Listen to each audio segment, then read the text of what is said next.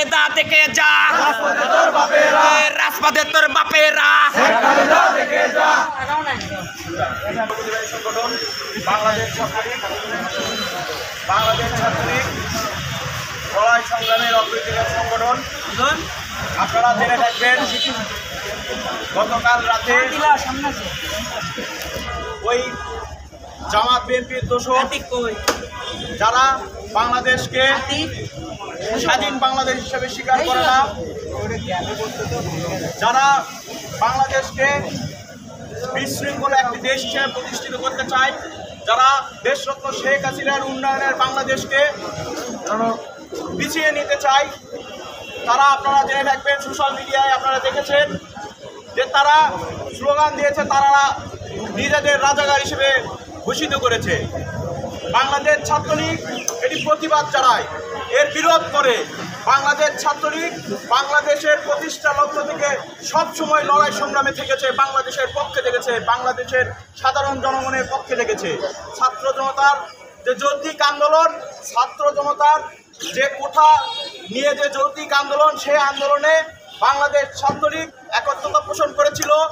বাংলাদেশ ছাত্রলীগের ন্যায় 2018 সালে দেশরত্ন শেখ হাসিনা কোঠার পক্ষে একটি গেজেট প্রকাশ করেছিল। পরবর্তীতে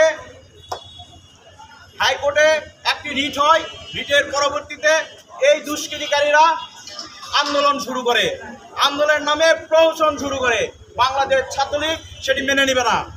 আজকে বগুড়া জেলা ছাত্রলীগ যারা নিজেদের রাজাকার হিসেবে ঘোষণা করেছে, তাদেরকে শক্ত হাতে প্রতিহত করার জন্য আজকে বগুড়া জেলা ছাত্রলীগ ঘোষণা দিয়েছে।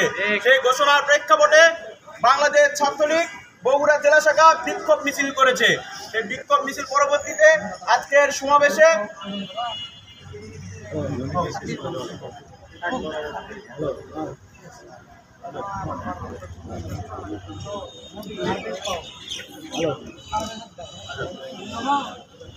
বিক্ষোভ পরবর্তী সমাবেশে বক্তব্য রাখার জন্য আহ্বান করছি বগুড়া জেলা ছাত্রলীগের সহসভাপতি সাজ্জাদ আলম পারভেজকে। সাজ্জাদ আলম পারভেজ। বাংলাদেশ ছাত্রলীগ বগুড়া জেলা শাখা কর্তৃক আয়োজিত আজকের এই বিক্ষোভ মিছিল শেষে প্রতিবাদ সমাবেশে উপস্থিত আছেন বগুড়া জেলা ছাত্রলীগের সংগ্রামী সভাপতি সজীব সাহা। এখানে সঞ্চালনা করছেন বগুড়া জেলা ছাত্রলীগের বিপ্লবী সাধারণ সম্পাদক আল মাহিদুল ইসলাম জয়। এখানে উপস্থিত আছেন বগুড়া জেলা ছাত্রলীগের সহসভাপতিবৃন্দ, যুগ্ম সাধারণ সম্পাদকবৃন্দ, সাংগঠনিক সম্পাদকবৃন্দ, সরকারি আইজুল হক কলেজ বিশ্ববিদ্যালয় শাখার নেতৃবৃন্দ, সরকারি শাহসুলতান কলেজ শাখার নেতৃবৃন্দ, শহর শাখার নেতৃবৃন্দ এবং জেলা শাখার বিভিন্ন পর্যায়ের নেতৃবৃন্দ। সবাইকে জানাই হাজার বছরের শ্রেষ্ঠ বাঙালি বঙ্গবন্ধুর হাতে করা সংগঠন বাংলাদেশ ছাত্রলীগ বগুড়া জেলা শাখার পক্ষ থেকে রক্তিম শুভেচ্ছা অভিনন্দন। বাংলাদেশ ছাত্রলীগের প্রতিটি নেতা কর্মী এবং সাধারণ ছাত্রছাত্রীদের পক্ষে সবসময় যে সংগঠনটি পাশে দাঁড়িয়েছে সেটি একটি মাত্র সংগঠন বাংলাদেশ ছাত্রলীগ। বাংলাদেশ ছাত্রলীগ সবসময় ন্যায়ের পক্ষে এবং প্রতিবার মুখের একটি সংগঠন। এই সংগঠন কখনো অন্যায়ের সাথে আপোষ করেনি। এমন একটি সংগঠন, দক্ষিণ এশিয়ার মধ্যে সর্ববৃহত্তম সংগঠন বাংলাদেশ ছাত্রলীগ। বাংলাদেশ ছাত্রলীগ কখনো অন্যায়ের সাথে আপোষ করেনি।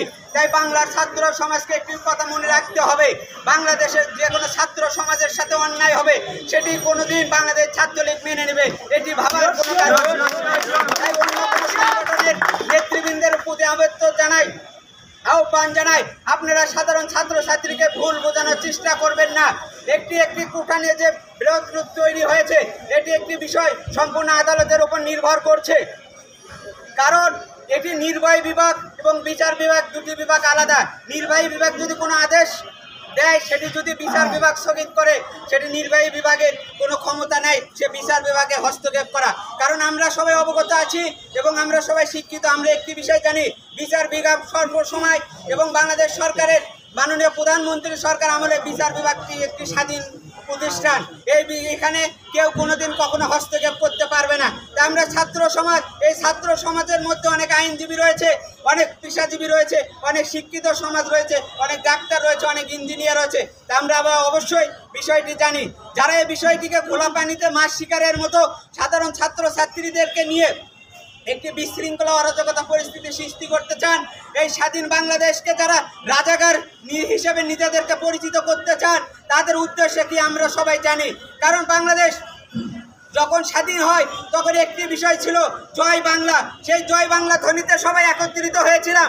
আমরা চেয়েছিলাম আমরা বাঙালি, আমাদের ভাষা বাংলা, পদ্মা মেঘনা যমুনা এই বাংলার মানুষের ঠিকানা।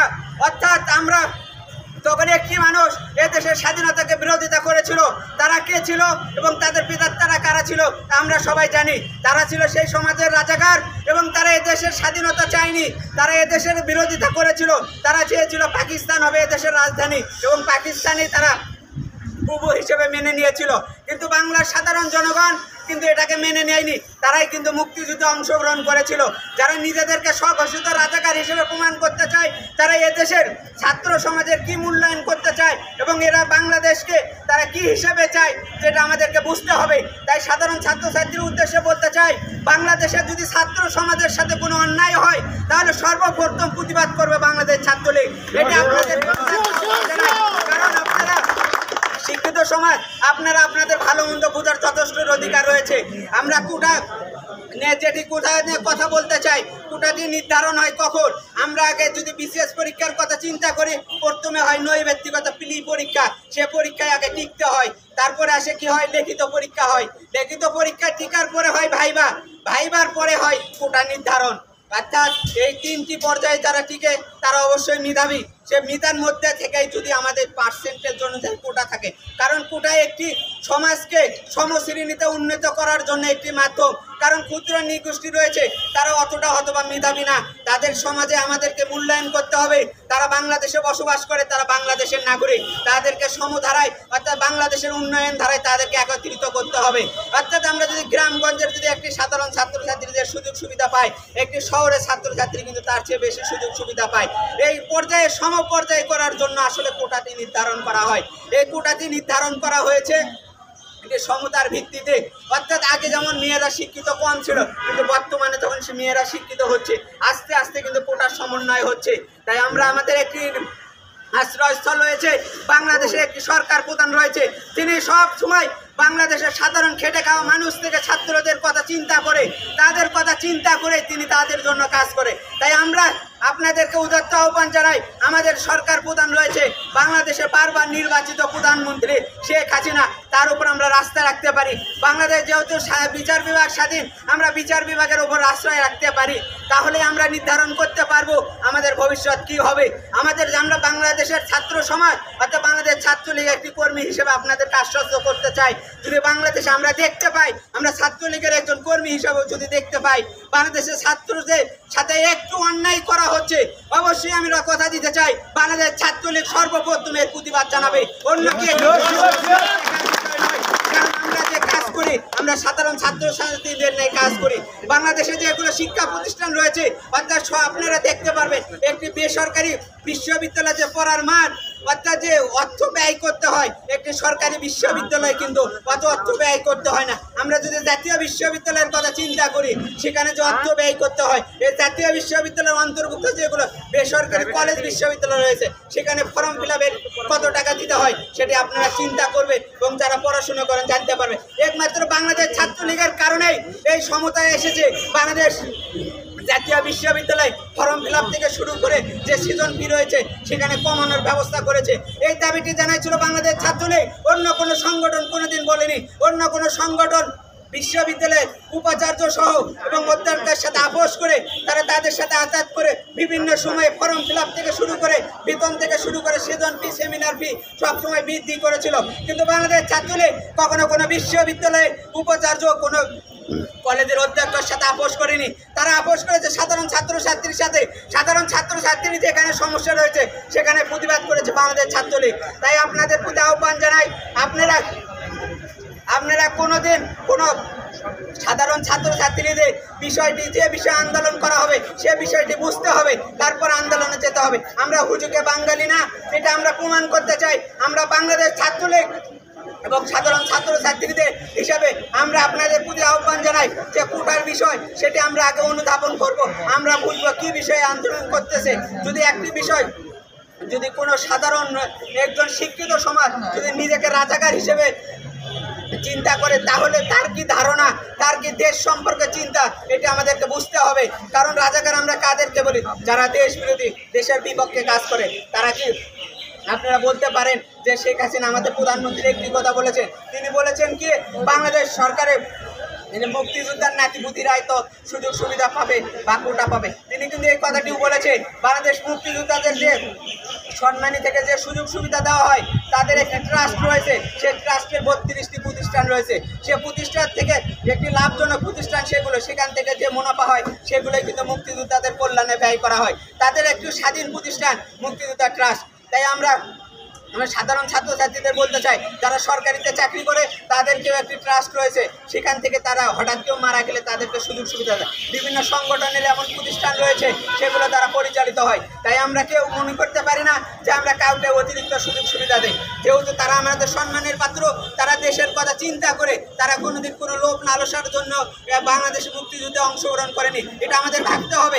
আমরা যদি একজন মুক্তিযোদ্ধাকে সম্মান করি, সেই সম্মানকে যদি আমরা পরবর্তীতে ফুটা দেওয়ার চেষ্টা করি, তাহলে তাদেরকে অসম্মান করা হবে।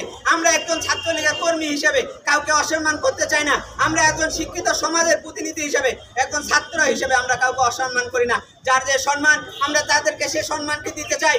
তাই এই জন্য আমাদের যদি কোনো স্যাক্রিফাইস করতে হয়, আমরা সেটি করতে রাজি আছি। কারণ আমরা স্বাধীন দেশ তাদের জন্য পেয়েছি। তারা যদি আজকে যুদ্ধ না করতো, তারা যদি ওই রাজাকারদের মতো আপোষ করতো, তাহলে আমরা আজকে স্বাধীন দেশে এমনভাবে কথা বলতে পারতাম না, হয়তোবা আমরা যে স্বাধীন দেশে যে পড়াশোনা করছি সেটা হয়তোবা করতে পারতাম না। তাদেরকে অবদান ছোট করে দেখার কোনো অবকাশ নেই।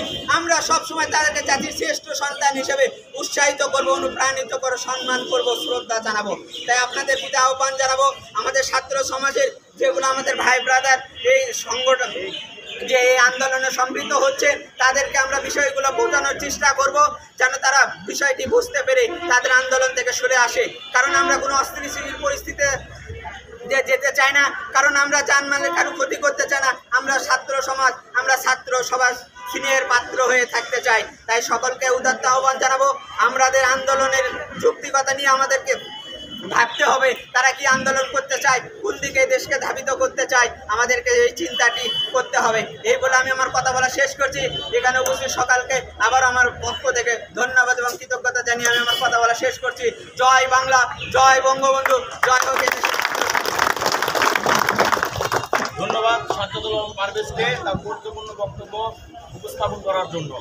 সে গুরুত্বপূর্ণ কিছু কথা বলেছে, তার সাথে সংযোজন করে আমি দুটি কথা বলতে চাই। আপনারা জেনে থাকবেন যে গত রাতে